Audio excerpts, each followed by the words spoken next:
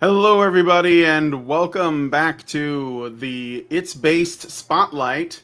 And today we have a very special game for you guys. It is called A Silence of the Siren, and it is made by the dev team that brought you a little game you guys might have heard of. I believe it's called let's see here. I got my notes. I'm sorry. I got my notes. It's there's a Project Hospital, right? And here I have the ambassador for the dev team, Vojta. Is that like the right way to say it? Welcome to the show, sir. Thank you. It's pretty accurate. Hello, my name is Wojciech. I work at Oxyburn Games. I oversee marketing, social media, and stuff like this. Thank you for inviting us here, and I'm all about talking. All ready to talk Silence of the Siren. And yes, before we did quite successful indie game Project Hospital and 3 DLCs before. So you might. Yes. Yes, so Silence of the Siren is a turn-based strategy game, and I guess it's also one that involves a lot of resource management and exploration and things like of that nature. A lot of people compare it to, and I've never played these games, but Heroes of Might and Magic. So if you like that kind of game, this might be right up your alley. So first of all, I guess we should probably introduce the other people on our panel. So we also have Adam Misner and Alien Pickle here. Adam is going to be playing the game for you guys, so you guys can see it in action while we talk about the features and everything involved. Also, it is available to wishlist on Steam right now, so please consider checking it out. So in Silence of the Siren, you command fleets and heroes across the mysterious Siren star system, uncovering lost civilizations and battling rival factions in a sci-fi turn-based strategy adventure. So you explore, strategize, and conquer in this homage to classic tactical games. So there it is in play. I love the colorful graphics. It's almost got like a fantasy quality to it. So let me ask you guys, or you, sir, some questions. What drew Oxymoron Games to create a science fiction turn-based strategy game like Silence of the Siren, especially after the success of Project Hospital? Well, I think the reason why a lot of developers go to indie development is to create projects they really like and to work different projects. And of course, if we went purely by logic after success of the Project Hospital, the next thing should be Project Hospital 2. But we wanted to try something else, and Silence of the Sirens the development already takes, this is the 6th year, and back then it seemed like really good idea because there wasn't any modern game back then that would resemble Heroes of Might and Magic, and we pretty much wanted to give the Heroes of Might and Magic experience with our own twist, everything being made originally, like sci-fi environment, new features and stuff like this. But here we are 6 years later, and there are pretty lot of games that are similar to this. So the market completely changed during the development. Mm-hmm. Well, are there some ways that you think this game still stands out? Because you did say you were looking at something like Might and Magic, but with a twist and the beyond the science fiction angle, which is a significant twist on its own. What are some other things that you think that makes this game specifically unique, from others that are like it? Yeah, I think it's more action based because in original Heroes of Might and Magic you have like a week, and after a week your units are like replenished. You can hire new units after 1 week. We went with 1 day cycle. You start at the morning, then you have like noon, evening, and night. And after the 4 cycles, your units are replenished. So you can get new units like every 4 turns. So it's much more like quick paced. Also, if you right-click your commander right now, Adam, try to right-click your commander or left-click. I'm not sure. Very handsome-looking dude. Sorry. Try to click him again, like on the board map. Yeah, and you can find build structure. You can find build structure. That's it. Oh. You can actually build everywhere on the map. So there are right now you can build 4 structures. If you get a skill that's called builder, you can build 5th structure and stronger structures. So you can mine on the map if you need resources. For example, if your enemy cut you off like some essential resources, and you can create like outposts. So that's like added strategy to it.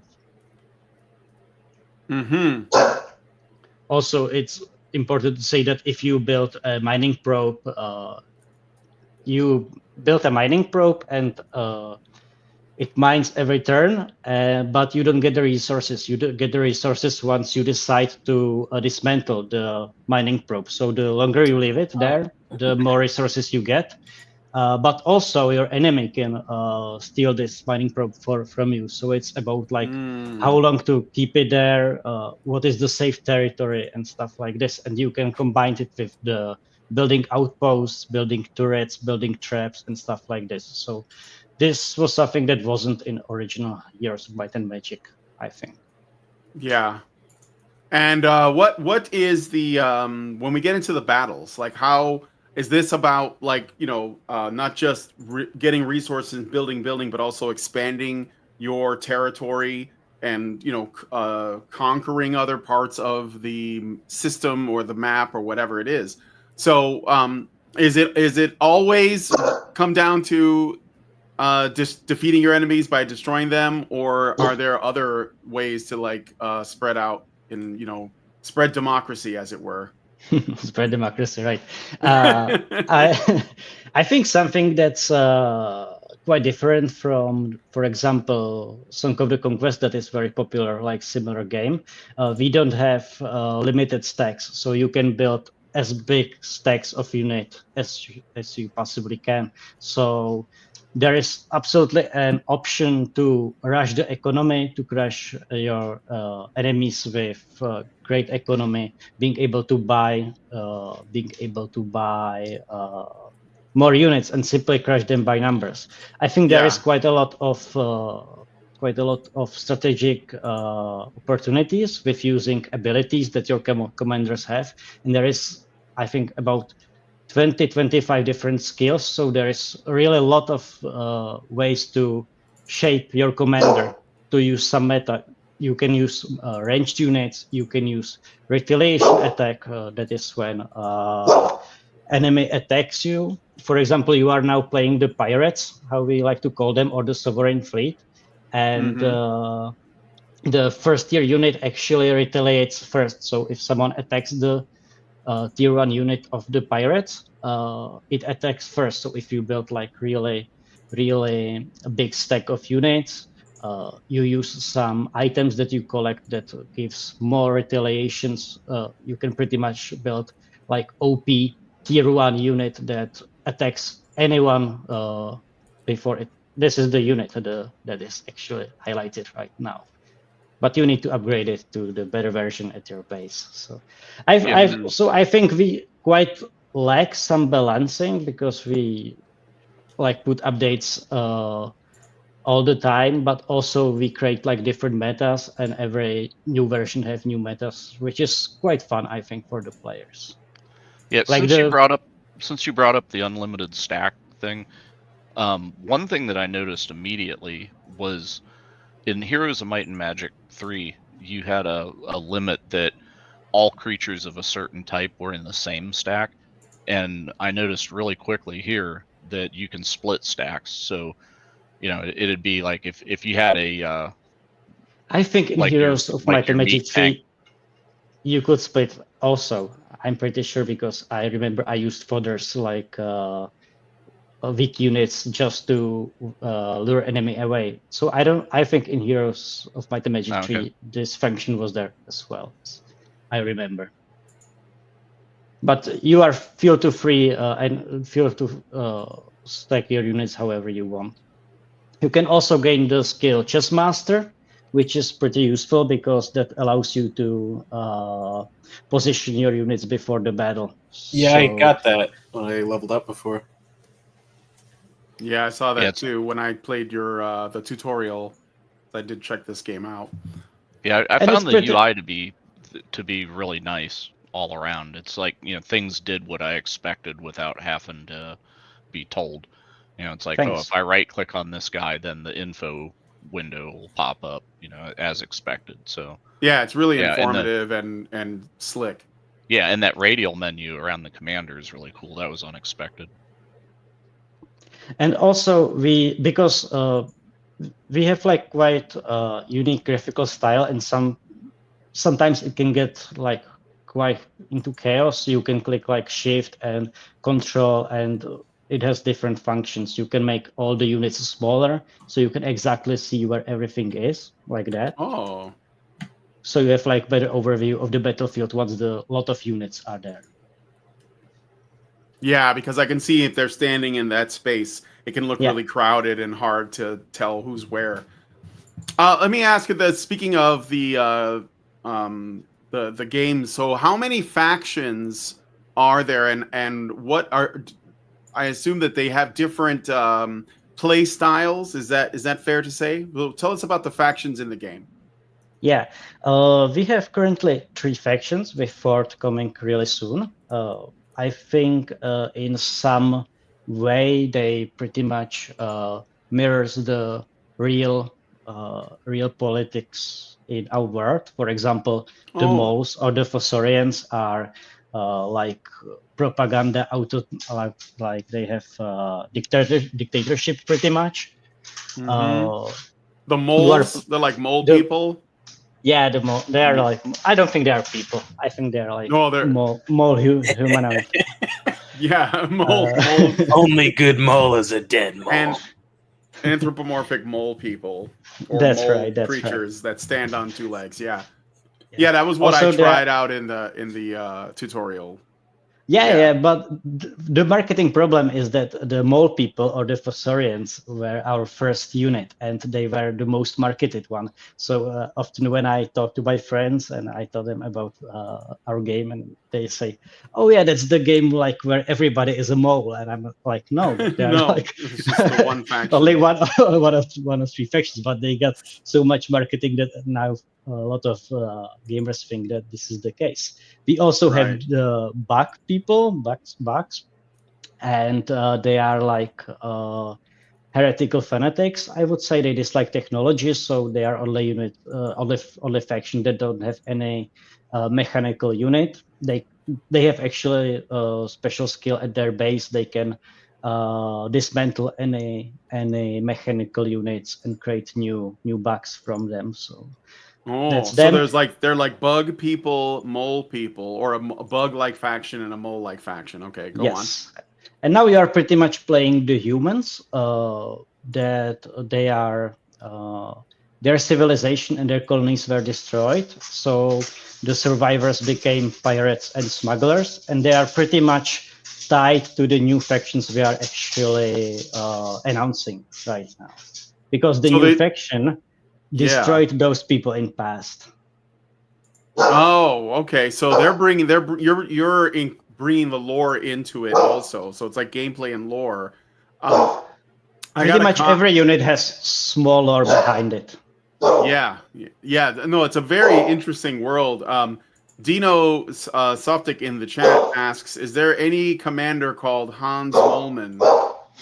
Well, I don't think there is Hans Moleman, but I can bring it up in the sync meeting. Yeah, there you go. Will people be able to, like, name their anything? Sometimes you can name your commanders or officers, and sometimes in some games. Yeah, that's definitely what I want, because I think it's great for the people. I think it's great for the streamers and to like customize their character and stuff like this. But to be honest, we have so much to do until the end of the year that I don't think it's going to happen. Like we have another faction to introduce, and we have about three more campaigns and map editor and stuff like this. We obviously have the map editor, but it's not polished yet for the users to use. So that's like, we will see. But I would like to see players be able to customize their commanders. Yes. So tell us more about the new faction. So the humans are like pirates, or are there pirates within that human force? Like there's like so pretty like much sub-forces. yeah. The lore, as I understand it, as I was talking to our lore guy for the new faction, is sorry, I just have to calm down my dog. Whoopi, Oh, it's okay. Stachi. I have an English bulldog, and he sometimes thinks I am talking to him when I am not. So he barks back. I see him in the background. That's okay. I'm a dog guy too. Yeah. Great. So the new faction, the story behind it is that this is a solar system where the actually new animals, moth people, like the kind of bugs, the moth, arrived, and they are the most advanced, like technologically species, and they pretty much built the empire with their technology. They built coalition with humans and built empire that is. I am not sure if they are the bad guys or they are the neutral guys or the good guys yet, because I didn't play their campaign yet completely. But what happens that your faction, you are now playing the pirates. They used to be colonies, and they didn't like to pay taxes to this empire, so they went into war with them, but lost very quickly. But the survivors became pirates and smugglers, and so that is like their legacy. And they are trying to hurt the empire. They're kind of resistance, like in Star Wars, but I don't think that we have like black and white, who is good guys here and who are bad guys here, because we want the players to pretty much enjoy any faction. So I think every faction has some good morals and bad morals in them, except for Saurians. Even though, I was gonna say, what about the mole dictators? Well, it sounds like the humans are like Americans. They rebel against the monarchy, and they didn't want to pay taxes. That sounds like us. So. Yeah, there should have been like a tea incident that happened somewhere. Yeah. Right. I think the moles are like very much influenced by our Czech history, because we were like pretty much controlled by the Communist Party and stuff like this. So there is some like legacy, but there is like no hard feeling. I think the game is kind of goofy in this stuff, so it's like yeah. So the lore of this is extremely interesting and different. I was going to ask you, so what was the sort of like inspiration for this kind of setting? I don't know if you talked to the lore guy. Is there only one lore guy, or does everybody sort of put in on this? Like what shrooms is he taking is what I'm asking. So we have great lore guys, so I have to say too, but he doesn't like to much. I think that lore can be done by multiple people, but he likes to oversee everything, and it's probably for the best. And I like that he creates like the complex story, and before the game even like started, the development, he had like pretty much storyline and the world set up. So it's like, but I don't know the inspiration behind it. I think the inspiration is the real world, because they are like religious people. They are there is faction with propaganda and stuff like this, smugglers. Yeah, that's super cool. Somebody in the chat, I'm going to read this comment I saw in my chat by Gabriel Phelan Lucas. He says, the Czech Republic is one of the least religious countries by populaces. Last time I checked. Get it? That's he checked. Right. Yes. He checked, right? He checked, right? Yeah. So this is true. The Czech Republic has one of the least religious countries in the world. Sorry, Pupi, stačilo, buď hodnej. Buď hodnej. Now you hear my Czech when I'm talking to my dog. Sorry. Yeah, but it's an English bulldog. Does it Your understand? English bulldog knows Czech. He knows the language. And his name is Senior, so he's also Spanish because of that. And he was born in he was actually born in Portugal, so he's like he's a cosmopolitan multicultural dog. hound. he is very multicultural. Yeah, but I think it's his strength. Because of actually now the Kingdom Come 2 is out, so you can learn a lot about like Czech history and Czech relationship to the religion through like burning of Jan Hus, who was the preacher that was burned, and the Hussite wars and stuff like this. But yeah, we Czech generally don't believe in God. So just a reminder for anybody watching, the game is called Silence of the Siren by Oxymoron Games. You can wishlist it right now. There's a demo. Is there a demo on your Steam store page? Yes, there is a demo, and the demo serves as the prologue to the game. So it's completely different campaign that you can play as prologue to the main campaign that you will see in the game. Yeah, so since Steam has the Next Fest going, is the demo a participant in that? Or just is a demo because you've got one? We were part of the last Next Fest, so I don't think we are participating right now. Okay, because a lot of those demos go away in a few days, so I was just making sure that this was going to persist. So, okay. Yeah, I think you guys had early access since September of last year. Yeah. So it's been there for a while, so I don't know if it's part of this Next Fest. So actually, we would like to put a demo into the main version of the game to integrate it, because there is the prologue campaign, but because we don't have the translation yet for the demo, because a lot of translations are community assisted, so that's the reason why the demo isn't included in the main game, the campaign, because we don't have all the translations for it. Okay. Because Silence of the Siren is translated into quite a lot of languages, and we are trying to add as much as possible. Nothing is like AI created, everything is created manually. So that is the only reason why the demo isn't integrated in the main game right now. And it will be up forever, I guess. So Silence of the Siren blends exploration, base building, and tactical combat. How do you balance all those elements to keep it fresh for players coming from something like a Heroes of Might and Magic? The balancing is probably the most difficult part, because, for example, right now we added the faction unique skills. All commanders have one unique skill that they can learn based on faction they origins from, and the moles has the most OP skill. The skill is if you kill a stack of enemy units, you get another turn, or you get chance to get another turn.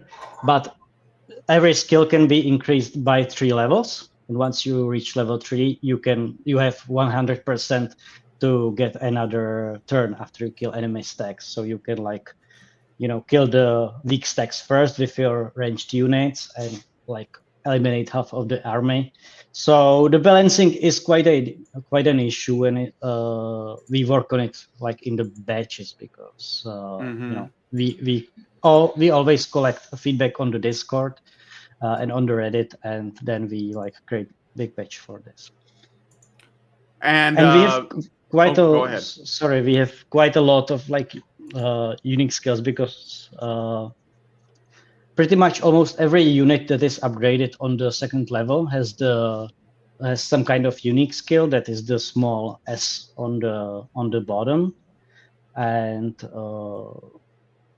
there are 30 skills for around 30 skills for commanders, and about 45 abilities for commanders they can learn. So balancing is pretty hard, but also there is quite a lot of gameplay included and options. Yeah, is there an auto combat option to repeat? What Yeah, was it? there is an auto combat option. It's the A in the right, above the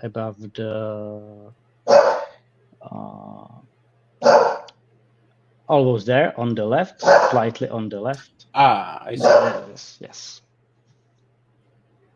And that would be like you would. Could you like set a behavior and then you hit A and they'll just do whatever? Is that how it You works? just AI tries is best. I see. I see.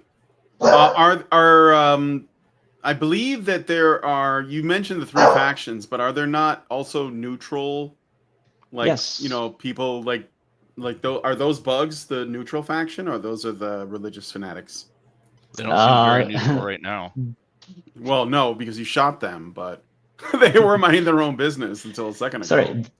On the map, there are like units from different factions that are acting as neutrals, and if you are strong enough, they can actually offer to join you. Or if you have negotiator skill, you get some part of them to join you before battle. I got some of those before. I got the I think these guys. They were from Random Stack. So when you win them over, do you actually get their town as well, and you could produce stuff there, or you just get whatever army? You have to find free base on the map. Sometimes some maps have like free bases, like mostly in the middle, and of course it is the goal to have more production of the units, or you can just take the enemy base. That are the options. And also there are slave camps on the map where you can recruit every day new units. So for example, you can build outpost right in front of it, and you can just raise unit there and put them into outposts and stack them there. So there are multiple ways to raise new ranks of the armies. So, what are you guys using the Unity engine to build this game? Yes. Did you also use that from Project Hospital as well? Is that correct? Yep. Have you run into any new, unique technical challenges? Would you say that this game is more ambitious than Project Hospital was? I'm not sure about more ambitious. It's definitely more it's more proved to be more difficult. We went into this with scope about 2 to 3 years development, and we are right now in the 6th year of development, and the game is still not completely ready. We are still in early access, so that just proves that you learn all the time, because we thought 3 years and the game will be out completely, and we run into many technological challenges. But I think it's also because the type of the game. Pretty much in Project Hospital, you have like one map and everything is going on the one map. Here you have bases, you have battlefields, stuff like this. Yeah. But I am not the developer. I only tell you what my colleagues tell me, complain about. No, for sure. So, and I see that you actually got some veterans on your team, if I remember correctly, some guys from the industry or from the space. Can you tell us a little bit about that?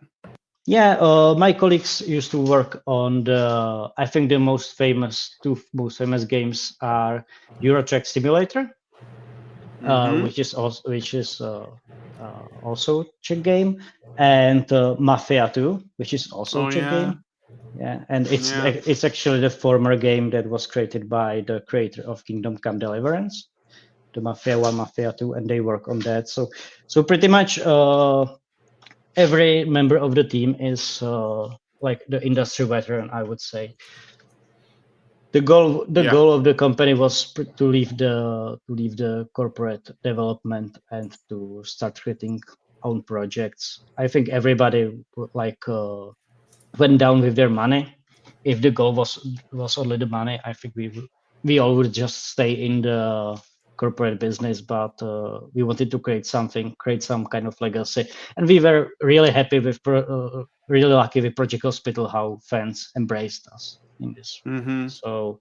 So even though the situation like in the indie games right now isn't like optimal for the indie developers, because I think in 2024 there were 18,000 games launched on Steam, which is about 2.5 times more than when we were publishing Project Hospital. So in like 6 years, the numbers doubled. So, but because of the success of Project Hospital, we have some kind of financial stability for the indie developer, I would say, and we have our fans to thanks for this. Yeah, I was gonna ask you. You mentioned that you guys have a Discord server. Is this for people that are playing your game so that they can give you feedback on things as they play it, and sort of like show some support in the hopes that you guys will continue to build? Well, on the Discord, we have, I think, pretty much small Discord because, sorry, Pupi, nech toho, stačilo. I just can't focus because of my dog. I get it. No, like on our Discord, like... you can get. Sorry, on our Discord, you can get in touch directly with our developers, and we pretty much answer anything that has some kind of substance questions there. Yeah. So we work pretty close with the players, but also not every player like reach out through the Discord. So yeah. Adam, what were you gonna say? It looks like I don't have a monopoly on ranged anymore. Jeez. Oh, are you getting crushed over here? Are you They're winning? all You made dead. All my mortars are gone. My precious mortars. Yeah, you have to be careful going into battles with neutral ranged units. So is there like a rhythm or a loop to it where you spend some more time maybe like building resources before you go expanding your the armada, like because he's lost some mortars? Should he like basically be a little bit more conservative, or is it like whatever he wants to do, I guess? Yeah, I think there are multiple ways to approach this. You can start with getting the negotiator skill, and you can actually raise armies from the neutral armies. So that's one way to approach it. The negotiator gives you about 20% of every neutral army you attack. So this is the way. In the beginning, I personally like to rush the economics. I like to have 3 or 4 commanders. I see here's only 1, but you can have 3 or 4 commanders hired, and I'll have 1 the most strongest fighting commander, and 2 others are to explore the map. There are multiple buildings on the map that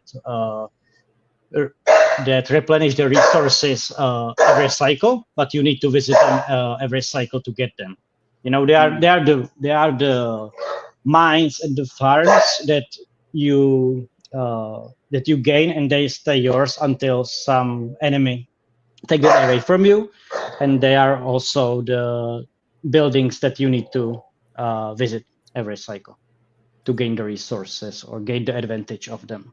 Yeah, I've got one right here. For example, the Tomb of Sword Master, for example.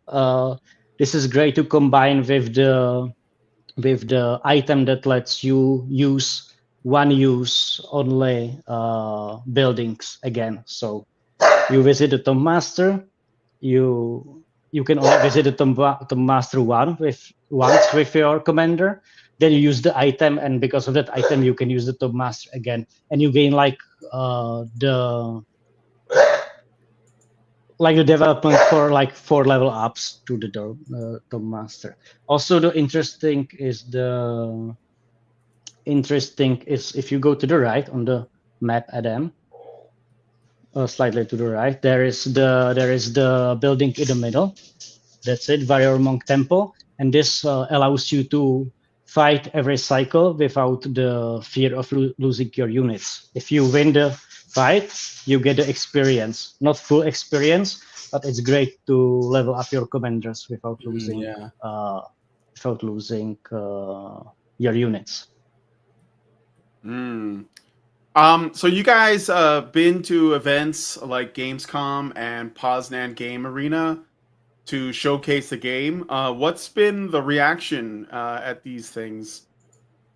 I think we have generally pretty positive reactions for the game.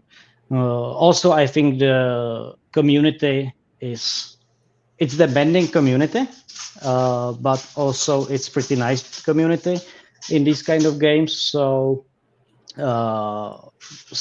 here and there we have reaction like this game is not hard enough, this game is not balanced enough, and but those are like one or two reactions. But generally, I think the community embraced us very nice, and also the rating on the Steam is very nice. So we are grateful. Yeah, it's for 92% last time I looked. You guys are like very, very positively rated on Steam. And we were just talking about how you said that the indie game market is like so many people are making games. It's how do you stand out, right? And I think part of it is that you are doing something kind of that not everyone is doing. I'm sure that there's more of this kind of game now than there was maybe when you started the project. That's what you were telling me. Is that right? Absolutely. Yeah. Yeah. I think we were generally quite unlucky with this because we started when we did our research 6 years ago. There were maybe Hero Hour, but there were no other games like this. And two games came out. They are very similar to this. Song of Conquest, that is very, very good game, I think. Also Song of Silence, I think, which is very similar name to ours. It's strange. It's so strange. Song of Conquest, Song of Silence, Silence of the Siren. Yes.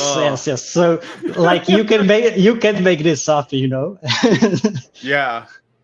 No, you would make the silent song of the siren. Yeah, and to top this off, also the Heroes of Might and Magic Olden Era is coming out.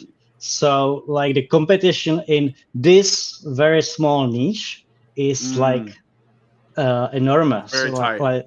Yeah, and you can see this you couldn't see this 6 years ago. There is no way to. So that's lesson for all the indie developers that they have to expect anything to happen. Yeah. So what's the lore? What's the lore on the Siren, and why is she silent? I don't know actually. I didn't find out so far. I know the game is actually called according to the lore, but I didn't find out yet. So and I wouldn't like to spoil it also. So that's my excuse why I don't know it. I will to ask my lore guy again. Yeah, we should get some info. But this does have a very unique art style. It's a little bit like, I don't want to say parody, but it's like on the I sense that there's something almost like Saturday morning cartoon about it, in the way that it looks, and it's very light, and it's a science fiction setting with lots of strange characters. I mean, would that be enough to separate it from the other games? Because Might and Magic is straight up fantasy, and I don't know about the other two. So is it different, at least in that regard, that it's a science fiction setting? That's completely different, but it's completely different. And I think in general, people are happy that there is some alternative in different settings, the sci-fi settings. But also, we did get a few reactions that they want just another fantasy, Heroes of Might and Magic. There were some players like that, give us another fantasy. So Song of Conquest is definitely fantasy. I'm not sure about Song of Silence. Yeah, I find the art style pretty charming, and it kind of reminds me of the way that the animation worked in the old Flash games. As far as the separate body parts. Yeah, you can see how it's animated, right? It looks very hand drawn, and everything is hand drawn. So, do you know how many artists you have on the team? How many, in terms of making the visuals? Okay, we have one main artist, leading artist, that is in charge of pretty much almost everything, and then we have two artists that are one artist well, actually, both of them are doing mostly the map graphics, and then we have the key art artist, which we are kind of outsourcing, and it's pretty famous Czech comics painter. So he makes great key arts, and that we pretty much outsource to him. And we are really happy with the key arts he creates. So I'm gonna ask, because I'm not one that played a lot of these turn-based strategy games, but I know that on PC there were a lot of them over many years. So aside from Heroes of Might and Magic, is there another game that this reminds anyone of, like Adam or Alien Pickle, since you're playing, or well, Adam's playing Alien Pickle's also here. Yeah. Well, there's this other game. It's called Heroes Hour. It's super indie, like little pixel sprite graphics. It's a hybrid sort of thing of that, because it's more like a real-time strategy thing. Sort of. You kind of influence your armies on the battlefield, but you don't lasso them and run them around. But like real-time auto battler, I would say. Yeah. It kind of that's a good way to describe that. So it's the overworld map is very Heroes of Might and Magic looking, but whenever you hit battle, then your troops just do what they do, kind of thing. Okay. Is there anything like old, like, some people still talk about, for example, old CRPGs, like this is not a strategy game, but like something like Planescape Torment is something that people talk about when they're feeling nostalgic. There's something about this game that is nostalgic when I see it, not just in terms of the graphics, which I talked about, but in terms of the type of game that it is.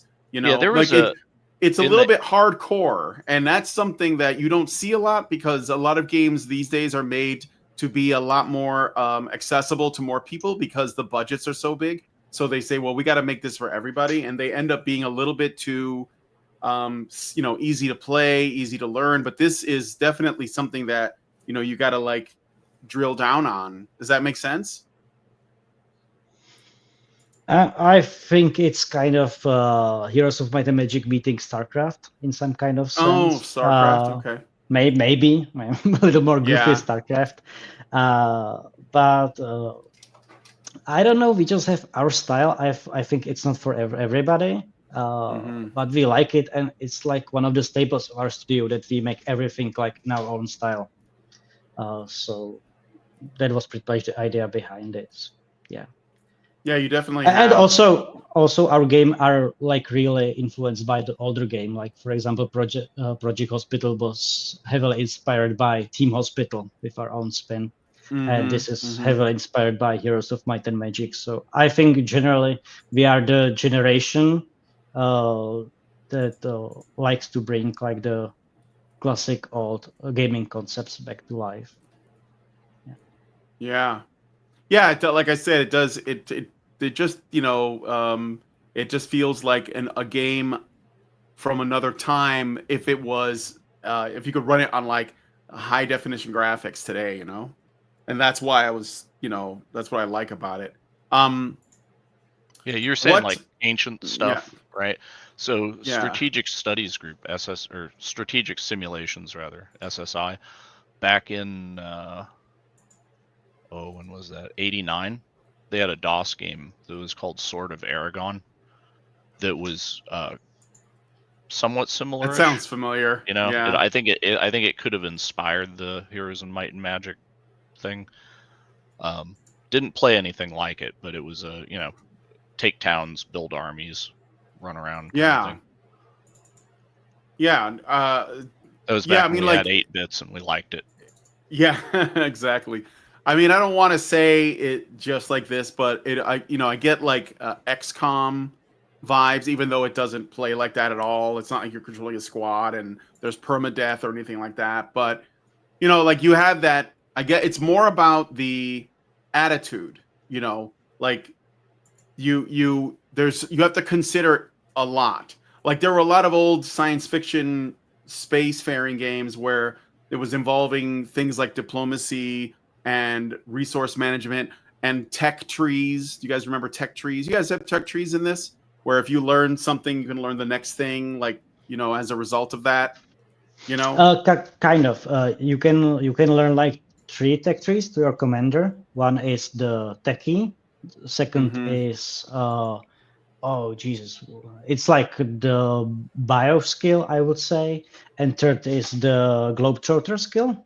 The third is pretty much used on the world map. It allows you to have through ability use to have more mobility on the map, to trap enemy commanders, stuff like this. The first two, the techie and the bio skills, are pretty much defensive, offensive skills on the battlefield, and you have 3 levels of them, and it works very similar to the Heroes of Might and Magic, where you build a building in your base, and when your commander arrived at the base, he learned a new skill from that tech tree. So it's not like you unlock the new something because of the prerequisite for it. You can unlock anything. Yeah. But it's also kind of the part of chance. For example, when I'm playing the mouse, I like to get the teleport skill so that I can teleport my liberator that has like huge AoE attack right in the middle of the enemy ranks. But sometimes I just don't get it, and I get the techie tree, that is the teleport part of, but I don't get the skill the ability that I actually want. I get some kind of different ability, and then I can build building in my base that allows me to buy the ability, or I can actually find the building that allows me to learn ability I want, or I can find the blueprint on the map and I can collect it, and I can teach it to any commander I give it to right there. So yeah. Right. And there are like 3 levels of the techie skill, and the skills, and the higher level you have, the more energy it takes and the more powerful most of the abilities are. So yeah.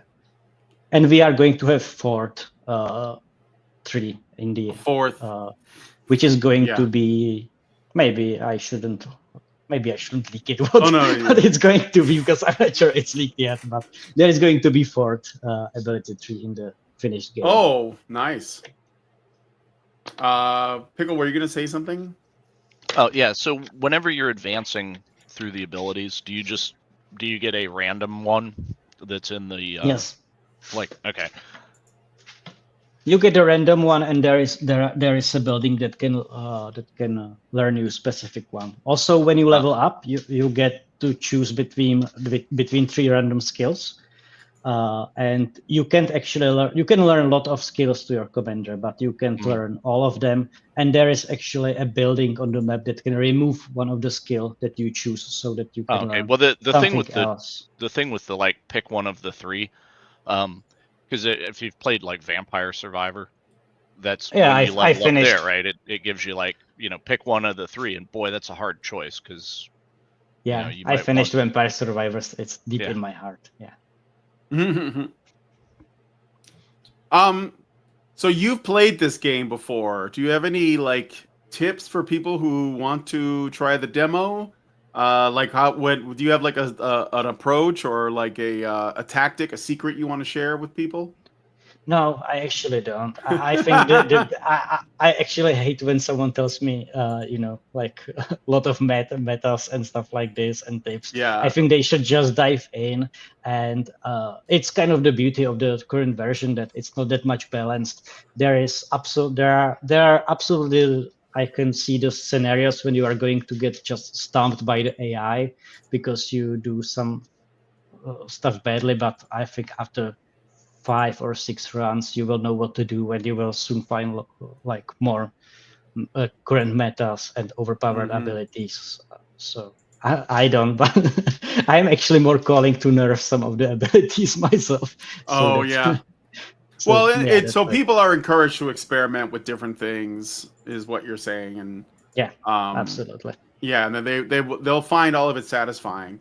So one other thing, and then we're gonna show off the new faction, because we have some images to show off of the upcoming faction. Before we do that, this game does support multiplayer. Is that right? Yes, kind of. Kind of, yes. Currently we have classic obviously classic hot seat option, which was very popular with the original Heroes. You are playing on the one computer and you just take turns. Take cool. turns. Yeah.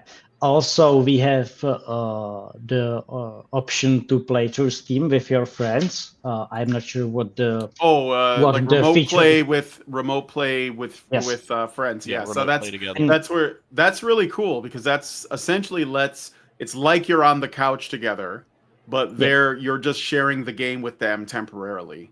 So exactly, that's, and they don't need that way.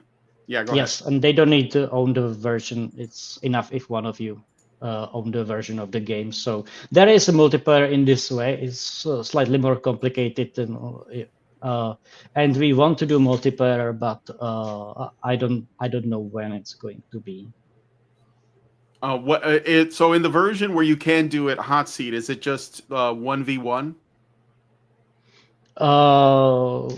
We have up to 8 enemies on the map, and you can choose if they are AI. If you are controlling more of them, you can choose the alliances, and you can all choose this in custom scenarios in the menu. So you can pretty much adjust the game any way you want. You can choose the factions, you can choose the number of opponents, and you can choose the alliances. So I could play against. So I could play against Brian, and he could control 7, and I can control 1, and I could see if I could beat him. I think, I guess, yeah. 1v7. It kind of brings back old memories, like back in the 90s, right? Because my roommates and I, we shared a house, and so there was. When I said before, I got confused between SSI and SSG. So SSG was game company also. Steve Faulkner made this game called Warlords, which they got up to like Warlords 4, I think, by the time they were done. Warlords, I think, was a very similar kind of thing to Heroes of Might and Magic, except that you had no control of your units when you fought. But the Overland was kind of a similar thing, right? But whenever you fought, you had stacks of guys. So it'd be like, okay, I got 50 knights and 5 wizards. So you'd say, okay, the knights are in front of the wizards, so they'd fight to the last guy, and then the wizards would get in the fight, right? So it was a little different. But yeah, we used to hot seat that in the living room there because he had his Amiga hooked up to the TV, and we'd play 4-player hot seat multiplayer like all day on a Saturday because boy, it took forever to play a game of that. All right. Well, the game looks really good. Again, just reminding you guys, it is called Silence of the Siren. You can wishlist it on Steam and download the demo. It's going to be like, well, how do you guys have like a window of time as to when you expect it to come out? I know you've been working on it for a while. The full version, when it's going to come out? We want the game to be finished in this year. So potentially 2025. And now we're going to show off some images of the new faction while you tell us a little bit about them. So is somebody else sharing it already? Okay, should I be doing it? Are you asking me?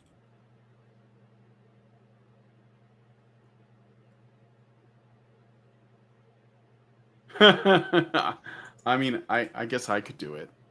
Hold on. Let me just get. I'll do it. Yeah, it's just sharing a window. So, let's see. Here we go. If this is okay, there you go. I mean, it's showing like that is. We just grab these and put them in here. So, is this the new faction? It looks really cool, actually. I don't see it, but I guess it is. There we go. Yeah. Oh, do you not see it? Oh, I'm sorry. I see it now. Yeah, okay. So this is the new faction. On the left side, you can see the upgraded units. On the like facing the right, and on the right side facing the left, you can see the basic units of this faction. They're very Pretty much- technologically advanced, it looks like. Yeah, they should be the most technologically advanced faction so far. I'm down for robots. Let's go. Yeah, it's the I'm gonna zoom in so you it's guys can see the the detail on these. It looks really, really nice. Like yeah, if these this is guys. 40K, that'd be Tau. Yeah, exactly. It does look like definitely got a Tau vibe to it, right? And this is a what appears to be like one of the cities, and this is a hero or an officer, right? this is the base, yeah. And I think I sent the you base. even the more polished version of the base. Somewhere. Yeah, this is the yeah, much nicer than the pirates. Yeah, it looks really cool. So yeah, this is the new faction. What are they called? Do you have a name? UNSS, United Nations UN. of Solar System. Oh, and they are pretty much the empire of. They're definitely the bad guys. Yes, definitely the UN. Yeah, they are definitely the bad guys. Exactly. We are from the government and we are here to help. Yeah. So, what's the timeline on the? Well, I guess it will be in the final game, but looks really good. So the new faction should be out like in a week or something, I think. If you own the game and if you go on our Discord or check regularly for the beta function on the Steam, there is a good chance you will be able to play it a few days before the official release, because we always put our game like for the beta testers a few days ahead, and we don't like lock it behind anything. So I think in 5 or 6 or 7 days you will be able to play the new faction actually. Oh wow, that's right around the corner, guys. So sorry, also it's important to say that the new faction comes with the new campaign, which continues the campaign of the moles that is already in the game. So the campaign doubles in the length pretty much. Oh wow! Okay. That's crazy. All right. Well, that sounds great. So once again, guys, we're going to have to wrap it up. So the game is called Silence of the Siren. Go ahead. Go look at it on Steam. Is it available anywhere else other than Steam in case some people... So far, it's not available anywhere else than the Steam because we are in the development phase, but we expect to release it on Good Old Games in the future. Nice. Yeah, I was going to say GOG. Yeah, so again, check it out. It's a turn-based strategy game with exploration elements and like an epic sci-fi setting, very cool looking, and check it out on Steam. Once again, Silence of the Siren. I want to thank Vaj for thank you, my friend Wojtek, for coming on and talking to us about the game and showing it off. And thanks, Adam, for actually playing it, because I'd be pretty awful at it. And okay, so I think Duke wants to say a few words. Duke, go ahead. Oh, am I live? Yes, you are. Oh shit, man! Well, great show, everyone. I thought I was in the back room. I'll wait till you're done. Oh, I'm giving you the floor. All right. Okay. This is so weird. My producer has told me to hop in. All right. Thanks for having you on. I love that hospital game you did back in the days, a couple of years ago, right? Yeah. Thank you. Yeah. I guess that's it. Sorry, I wasn't sure. I wasn't sure if I was losing the hearing you or not. If you were speaking, I didn't want to. No, thank you for inviting us to show our it's game. So cool. We appreciate it. I'm sorry, I was pretty nervous because it's been some time since I did some live streaming, but I hope I somehow did a fine job. Man. Yeah, you did just fine. Yeah, you did just fine. So. All right. Well, thank you again for joining us and checking out this Thursday Spotlight for Silence of the Siren, a title that I'm going to not get wrong ever again. And please like, share, subscribe, and comment, and follow us on Twitter at It's Based. right? And thanks so much. Yeah, we'll talk to you guys in the next one. Have a good day, everybody. Have a good day. All right. Oh, should I shut up?